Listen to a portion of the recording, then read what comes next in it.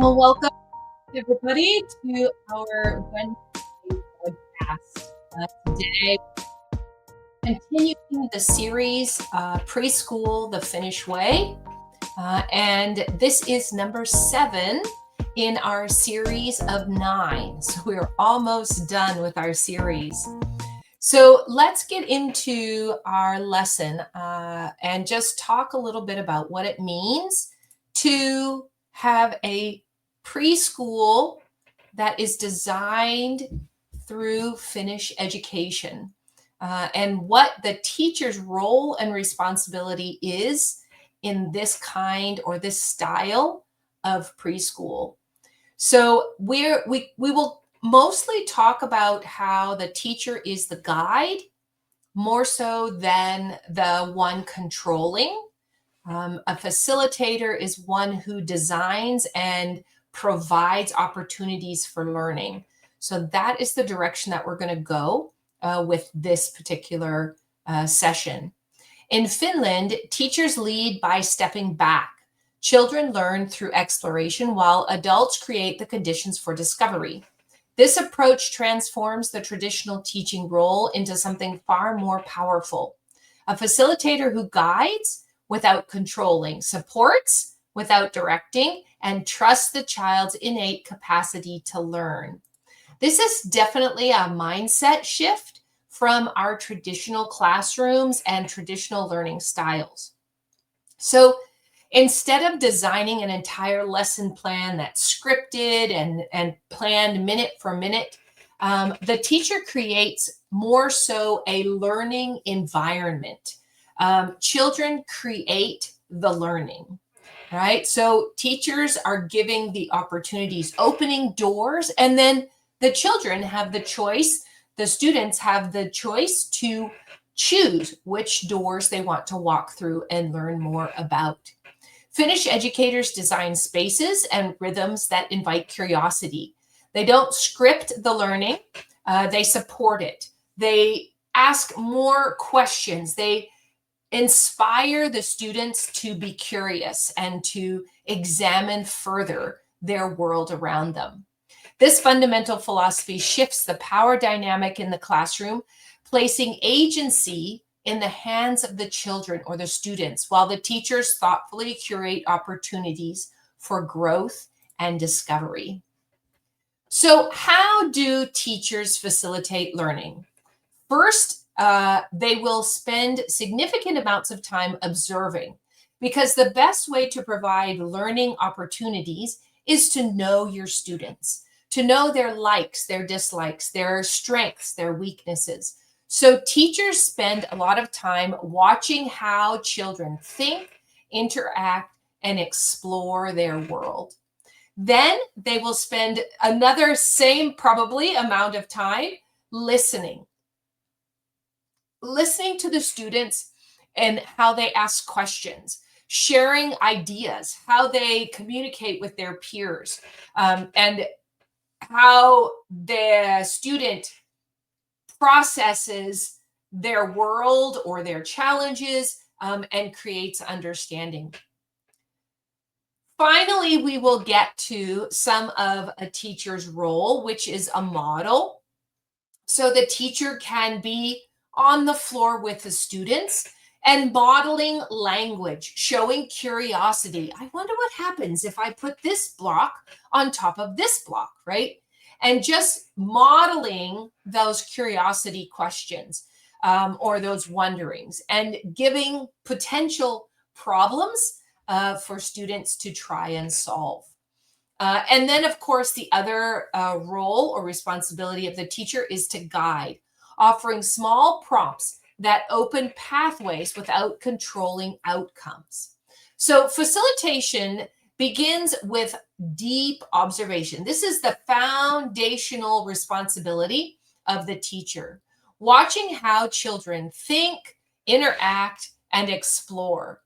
These 4 pillars form the foundation of the Finnish approach, right? We want to have all 4 of these components built into a classroom environment. So let's talk a little bit about observation as pedagogy. We want to see the child and understand their path. We want to be able to predict, if possible. We want to be able to provide them with deeper opportunities along the path that they are going, because that's the path that is most interesting to them. Observation for teachers is not passive. It's definitely an active, intentional practice that gives teachers the profound insights into each child's interests, challenges, and their next developmental steps.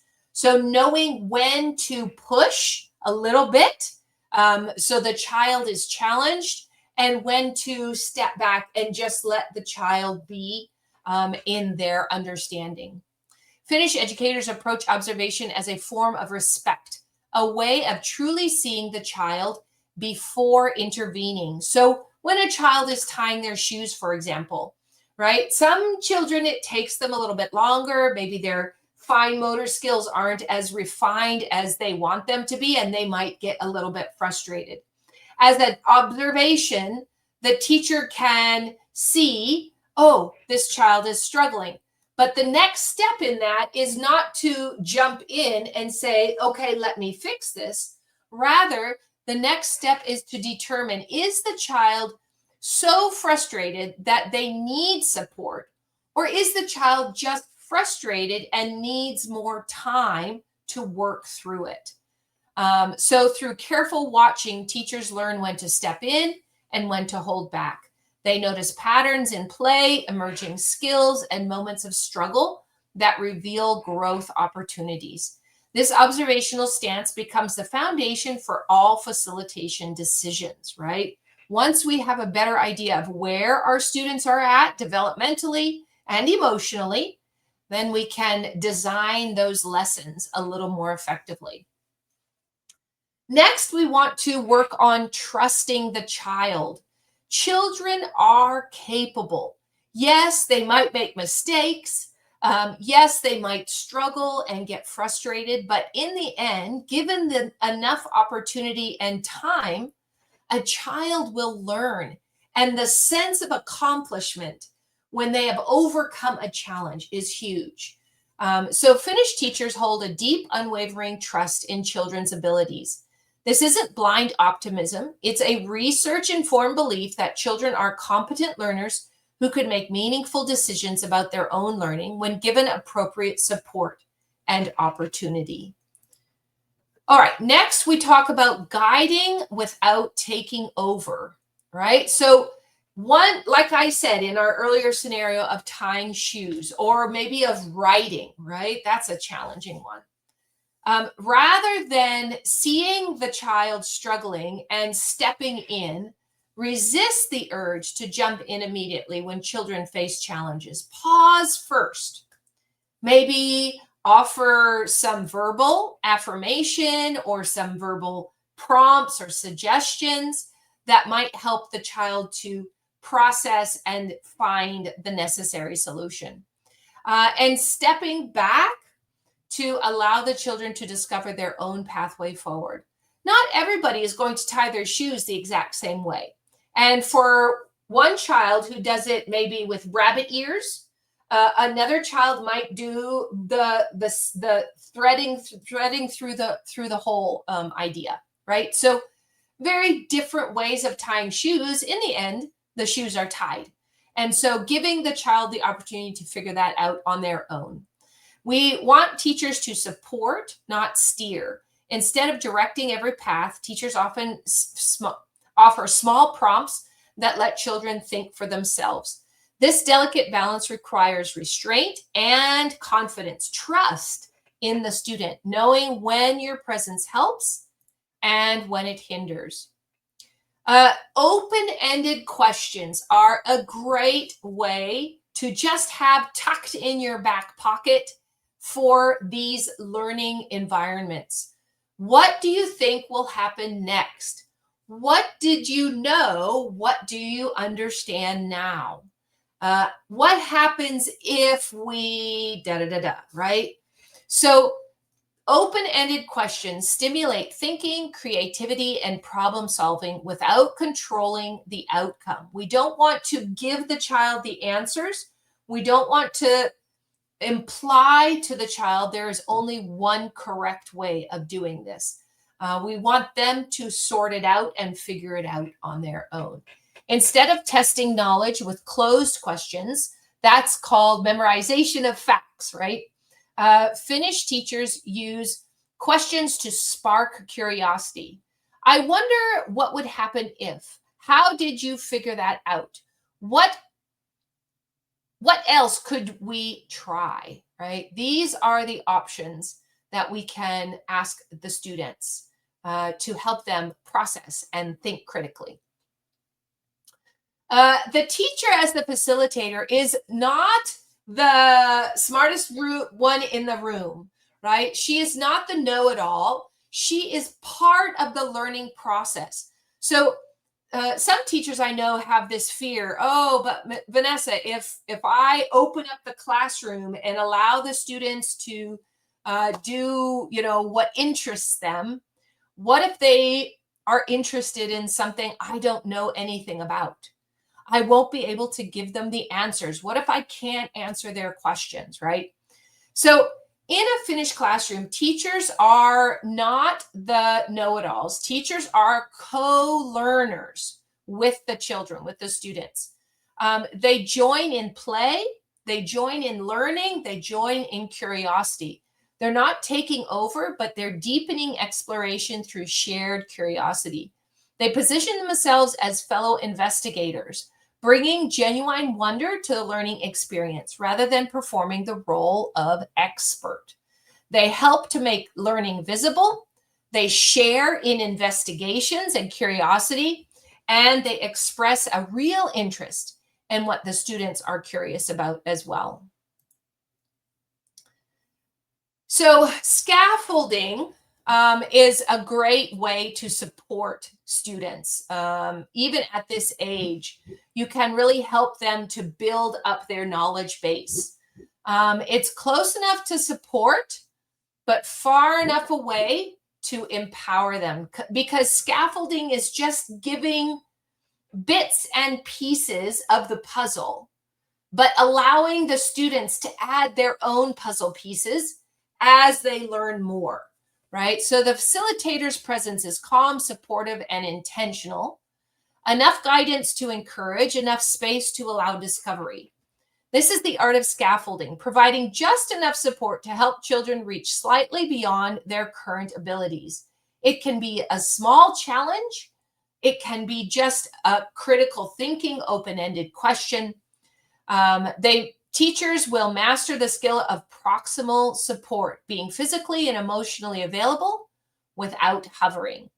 They read the room intuitively, sensing when a child needs reassurance and when they need solitude to work through a challenge. So let's talk a little bit about how the preschool environment looks, because the environment is actually a big part of how your preschool will be interacted with the students. So instead of having close-ended toys where there's only one thing you can do with that toy, and it's very clear what that is, there's nothing left to the child's imagination. So you want to fill your environment, your preschool classroom, with open-ended materials, natural items, loose parts, simple tools that invite creativity and imagination without prescribing specific outcomes. You also want to have flexible spaces, areas that can transform throughout the day. So maybe to have a big open area, but then also to be able to adjust it to learning stations, or being able to have some outside time, right? So our learning spaces are flexible, allowing for a variety of interactions, whether it's teacher-student interactions or peer interactions, or just simply individual interactions. You also want to include in your learning environment spaces where the students can retreat on their own, right? So if a situation is getting out of hand and they feel emotionally that they're frustrated, things aren't going the way they want, maybe they need to have a moment to themselves to think about the problem and ways to solve it. So we need to be aware that some children prefer time alone. And then we also want to have the environment be inviting to connect, not only with other people, but like I said, with their peers, and again, by themselves. So, how facilitation supports development, right? So, this is a concern for parents and teachers. How will my preschooler, my 2 and 3 and 4 year old, how will they develop if they are only focusing on their areas of strength? Shouldn't we be pushing learning the letters? Shouldn't we be pushing learning the numbers and reading and writing? When children lead, they practice decision making, self regulation, and collaboration. These are essential lifelong skills that extend far beyond the preschool years. The facilitator's approach directly nurtures key developmental capacities. So, yes, it is important that the children learn to read and write and all of those things in education academically. But at this age, the primary focus is on social emotional learning, because this foundation is what students have to be successful further on. If a child at the age of 9 or 10 is not able to deal with, for example, sharing the soccer ball at the gym or outside on the playground, right? And if at 9 years old, they're going to be playing soccer games or football games. If the child is not capable of sharing or doesn't understand what it means to have a positive attitude and to treat each other fairly and kindly, they're not going to be able to play football, right? They're going to end up in trouble. They're going to end up sent to the principal's office because they're throwing a temper tantrum. They're going to struggle with friends, because if they're throwing temper tantrums, the other children are going to see that as a problem, right? And they're not going to build that friendship that the child is wanting, because the child doesn't have the skills, the social skills that they need. So it's really important at this age to focus on decision making, self-regulation, and collaboration. And by doing this, by using all of these techniques that we've been discussing, it builds agency. It provides meaningful choices for them to practice and see the consequences of those choices. It gives them confidence when they've accomplished something on their own, especially if it's challenging. It allows the students to practice communication through negotiation, through explaining, through talking to their friends and working things out.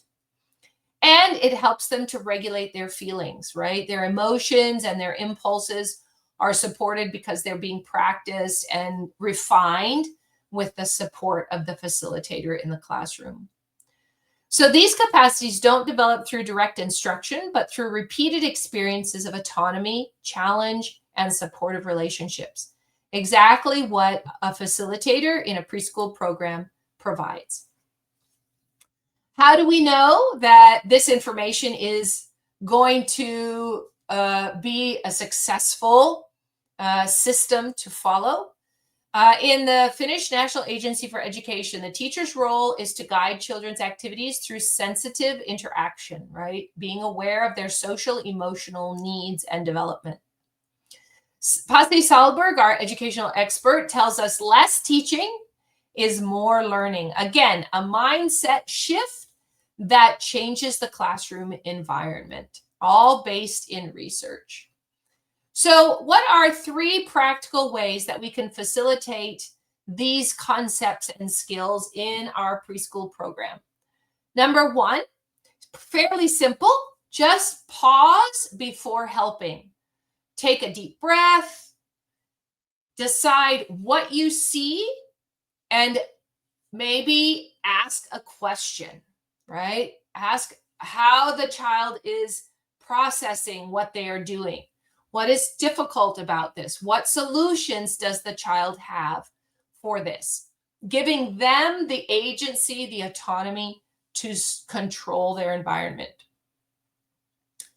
Asking open-ended question, replacing directions with curious questions. Instead of stack them like this, you can try what happens if you put the big one here, right? What happens if I put this big block on top of all these small blocks, right? Getting them to, inviting them to think through what will happen next. And then the third one is to take a look at your preschool room or your classroom and look at it